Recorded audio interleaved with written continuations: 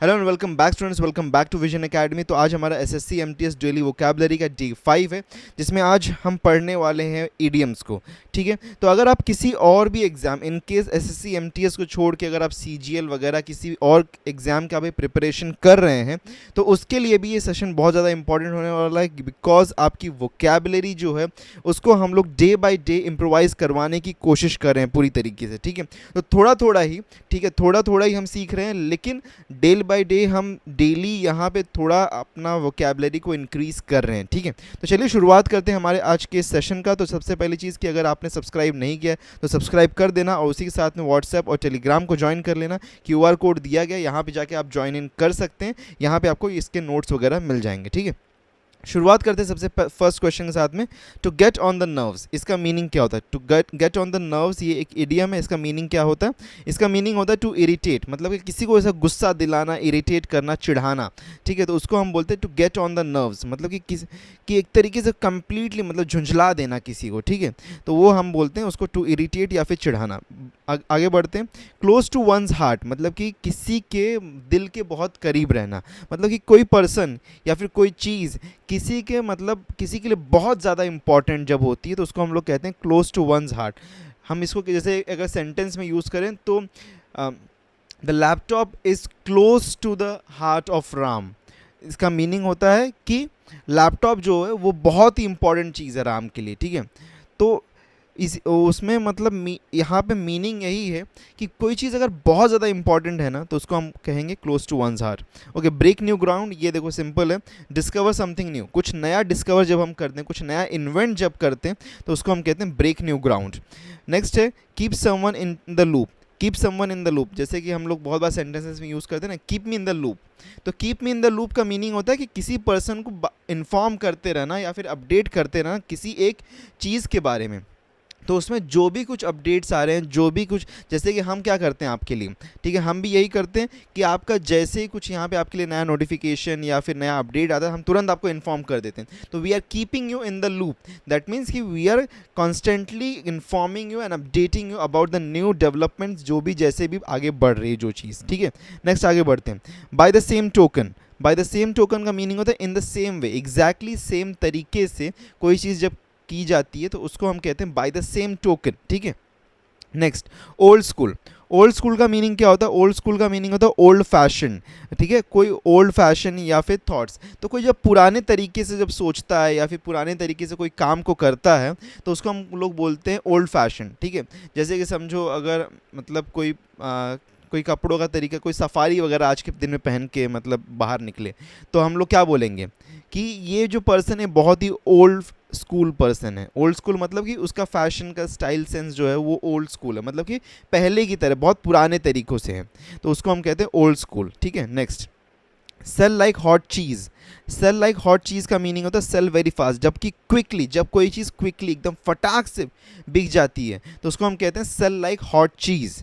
Next है हमारा गो bonkers. ठीक है, गो बॉन्कर्स का मीनिंग होता है बिकम क्रेजी, मैड या फिर मेंटली अनस्टेबल, मतलब कि एक पर्सन इतना ज़्यादा उत्साह में आ गया है, इतना ज़्यादा उत्साहित हो गया है कि वो अपना दिमाग का मतलब बैलेंस ही खो देता है, मतलब कुछ भी करने लगता है, तो उसको हम लोग बोलते हैं गो बॉन्कर्स। बिकम क्रेजी, एकदम पागल हो जाना, मतलब किसी चीज़ से, या तो हम लोग बोल सकते हैं यहाँ पे कि खुशी से, या फिर कोई तो भी अलग रीज़न से, मतलब दुख, या फिर मतलब कि कोई ऐसा फ्रस्ट्रेशन की वजह से, मतलब एक पर्सन का अपना मतलब मेंटली बैलेंस को खो देना, तो उसको हम लोग बोलते हैं गो बॉन्कर्स। ठीक है, turn a deaf ear.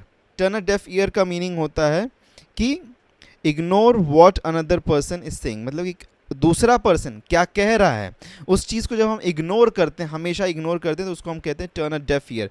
That means कि अगर हम इसको सेंटेंस में यूज़ करें कि like Rohan always turns a deaf ear towards Ram, that means कि रोहन हमेशा मतलब राम की बातों को इग्नोर करते चलता है। ठीक है, जैसे हम हिंदी में भी इसको यूज़ करते हैं ना, बहरे हो गए हो क्या, तो वही चीज़ है। तो टर्न अ डेफ ईयर। अच्छा, over the moon. Over the moon का मीनिंग क्या होता है? Extremely happy. तो जब कोई पर्सन एक्सट्रीमली हैप्पी होता है ना, बहुत ज़्यादा हैप्पी होता है, एकदम एकदम ज़्यादा हैप्पी होकर एक्साइटेड हो जाता है, तो उसको हम कहते हैं ओवर द मून। ठीक है, वहाँ पे फ्रेज जो एडियम यूज़ किया जाता है that is over the moon. Next हम आगे बढ़ते हैं। कॉपी कैट, ये तो सबको पता ही होगा। कॉपी कैट मतलब कि किसी का सेम तरीके से, ठीक है, सेम तरीके से किसी को इमिटेट करना या फिर कॉपी करना, उसको हम कहते हैं कॉपी कैट। ठीक है, सेम तरीके से ड्रेस सेंस या फिर सब कुछ, जो हेयर स्टाइल वगैरह सब कुछ एकदम सेम टू सेम जब कोई करने की कोशिश करता है तो उसको हम क्या कहते हैं, कॉपी कैट। ओके, नेक्स्ट आगे बढ़ते हैं। गो ऑफ, गो ऑफ का मीनिंग होता है स्टॉप वर्किंग, ठीक है। गो ऑफ, जैसे कि अगर हम बोलें तो यहाँ पे the workers went of, the workers went of मतलब कि द वर्कर्स ने काम करना बंद कर दिया, उन्होंने काम करना बंद कर दिया, ठीक है। ब्रेक इन, ब्रेक इन का मीनिंग होता है एंटर इलीगली या फिर विदाउट कंसेंट, तो किसी के परमिशन के बिना या फिर इलीगली कोई भी जगह को एंटर करने को हम कहते हैं ब्रेक इन। ओके, तो ब्रेक इन उसके लिए यूज होता है। बेब इन द वुड्स, ठीक है, बेब इन द वुड्स का मीनिंग होता है अ यंग डिफेंसलेस पर्सन, मतलब कि एक पर्सन एकदम ही मतलब जो कि एकदम ही नॉर्मल सा पर्सन होता है, एकदम डिसेंट पर्सन होता है, ठीक है, जो कुछ हार्म वगैरह किसी को नहीं कर सकता है। तो डिफेंसलेस मतलब कि वो अपना डिफेंस नहीं कर सकता है, ठीक है। अब उसको मारोगे तो मार खा के ले लेगा, एक विक्टिम काइंड का पर्सन, ठीक है। इसके लिए एक और वर्ड यूज़ हो सकता है विक्टिम, ठीक है, एक विक्टिम काइंड का पर्सन जिसको मतलब आप जिसके साथ में कुछ भी कर सकते हो। तो यंग डिफेंसलेस पर्सन जो होता है उसको हम लोग बोलते हैं बेब इन द वुड्स, तो उसके लिए जो इडियम यूज़ किया गया है that is babe in the woods, ठीक है। नेक्स्ट आगे बढ़ते हैं। Be all ears, be all ears का मीनिंग होता है कि लिसन केयरफुली या फिर ईगर टू ईयर, जब आप उत्सुक होते हैं, एकदम उत्सुक होते हैं किसी चीज़ को सुनने के लिए या फिर एक बहुत ज़्यादा केयरफुली किसी चीज़ को सुनते हैं तो उसको आप कहते हैं be all ears. Okay, I am all ears to your talk, that means कि मैं बहुत ज़्यादा केयरफुल या फिर बहुत ज़्यादा उत्सुक हूँ, तुम जो भी कुछ कहने वाले हो उसको सुनने के लिए मैं बहुत ज़्यादा उत्सुक हूँ, मतलब बहुत ज़्यादा एक्साइटेड हूँ, यहाँ पे ईगर हूँ, ठीक है। नेक्स्ट आगे बढ़ते हैं। रेनिंग कैट्स ऑन डॉग्स, तो रेनिंग कैट्स ऑन डॉग्स ये एक फ्रेज़ है, इडियम है जो कि यूज़ किया जाता है जबकि बहुत हैवी बारिश होती है, जब बहुत ज़ोरदार बारिश होती है, जब हैवीली रेन करता है तो वहाँ पे हम यूज़ करते हैं raining cats and dogs. Okay, next आगे बढ़ते हैं। नेक्स्ट है how time flies, how time flies एक यहाँ पे फ्रेज़ है जो कि यूज़ किया जाता है टाइम मूविंग क्विकली, जब टाइम बहुत फटाफट बढ़ने लगता है, ठीक है। जैसे कि into the exam hall the time flies, मतलब कि एग्ज़ाम हॉल के अंदर टाइम बहुत फटाफट पार हो जाता है, मतलब ख़त्म हो जाता है, ठीक है।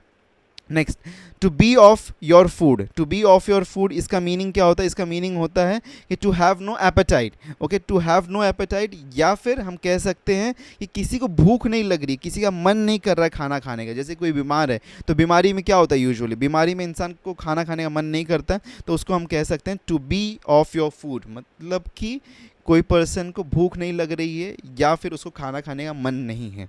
Next, to go bananas, to go bananas का मीनिंग है टू बिकम वेरी एक्साइटेड और angry. Okay, to go bananas, तो या तो बहुत ज़्यादा एक्साइटेड हो जाना या तो बहुत ज़्यादा एंग्री हो जाना, उसके लिए क्या यूज़ होगा, टू गो बनानास, ठीक है। यहाँ पे डुअल मीनिंग हो सकता है, तो ये बात को आप ध्यान रखिएगा।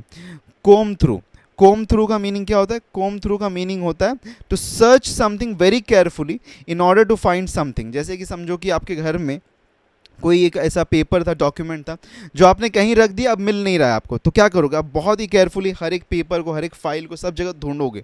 तो बहुत ही केयरफुली किसी चीज़ को सर्च करना, क्यों, क्योंकि हमको कुछ फाइंड करना है, ठीक है, कोई ऐसी चीज़ है जो हम फाइंड करें, तो उसको हम कहते हैं comb through. Okay, he comb through the entire book shelf to find is passport, मतलब कि उसने पूरा का पूरा बुक शेल्फ छान मार डाला, ठीक है, पूरा बुक शेल्फ अच्छी तरीके से छान मार डाला, क्यों, उसका पासपोर्ट नहीं मिल रहा था इसलिए, तो पासपोर्ट ढूंढने के लिए उसने पूरा पूरा बुक शेल्फ को एक अच्छी तरीके से सर्च कर डाला। ओके, सो ये थे हमारे 20 आज के लिए 20 इडियम्स एंड फ्रेजेस जो कि अच्छे और बहुत ही इंपॉर्टेंट थे, और ये प्रीवियस SSC MTS में पूछे गए थे, तो इसीलिए और भी ज़्यादा इंपॉर्टेंट हो जाते। इसका PDF आपको मिल जाएगा व्हाट्सएप पे और टेलीग्राम पे, तो ज्वाइन करना बिल्कुल मत भूलिएगा, और चैनल को सब्सक्राइब करना भी बिल्कुल मत भूलिएगा।